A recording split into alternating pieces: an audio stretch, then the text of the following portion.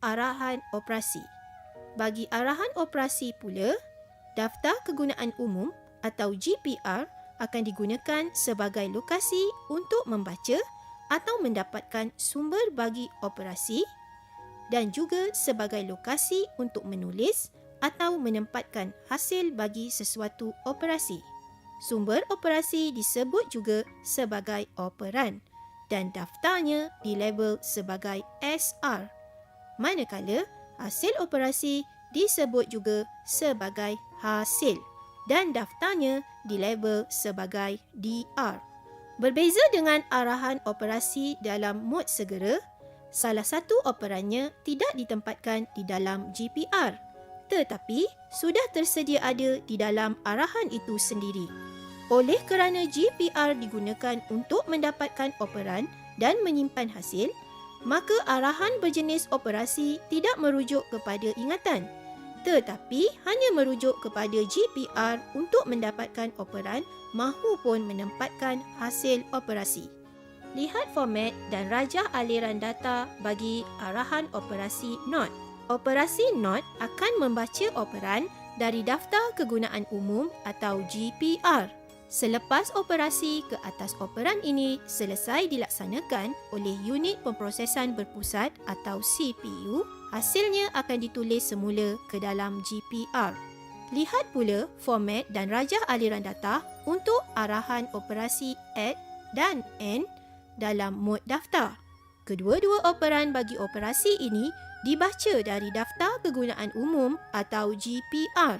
Selepas unit pemprosesan berpusat atau CPU selesai melaksanakan operasi ADD atau AND, hasil operasi tersebut akan ditulis semula ke dalam GPR.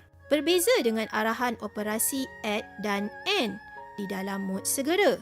Arahan ini dibezakan dengan arahan yang sebelumnya melalui bit yang kelima, di mana bagi arahan operasi ADD dan AND yang menggunakan mod daftar, bit yang kelima dalam arahan tersebut adalah bernilai sifar. Bagi arahan operasi yang menggunakan mod segera, bit yang kelimanya adalah bernilai 1. Bagi arahan operasi berjenis ini, operan yang pertama dibaca dari Daftar Kegunaan Umum atau GPR, manakala operan yang kedua diperolehi dari dalam arahan itu sendiri, iaitu dari bit sifar hingga 4. Mari kita lihat contoh bagi operasi aritmetik tolak R3 bersamaan dengan R1 tolak R2. Langkah yang pertama, dapatkan nilai pelengkap 2 untuk R2. 1. R2 bersamaan dengan not R2. 2. R2 bersamaan dengan R2 tambah 1. Kemudian, tambahkan R1 dengan R2 dan simpan hasil di dalam R3. Mari kita lihat pula contoh untuk operasi logik OR, iaitu R3 bersamaan dengan R1 OR R2. Langkah yang pertama, gunakan teorem De Morgan untuk menterbalikkan R1 dan R2 dengan menggunakan get not. R1 bersamaan dengan not R1. R2 bersamaan dengan not R2.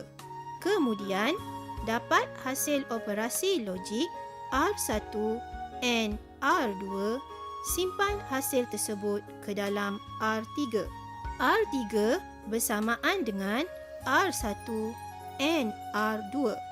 Sebagai langkah yang terakhir, terbalikkan nilai R3 dengan menggunakan get not.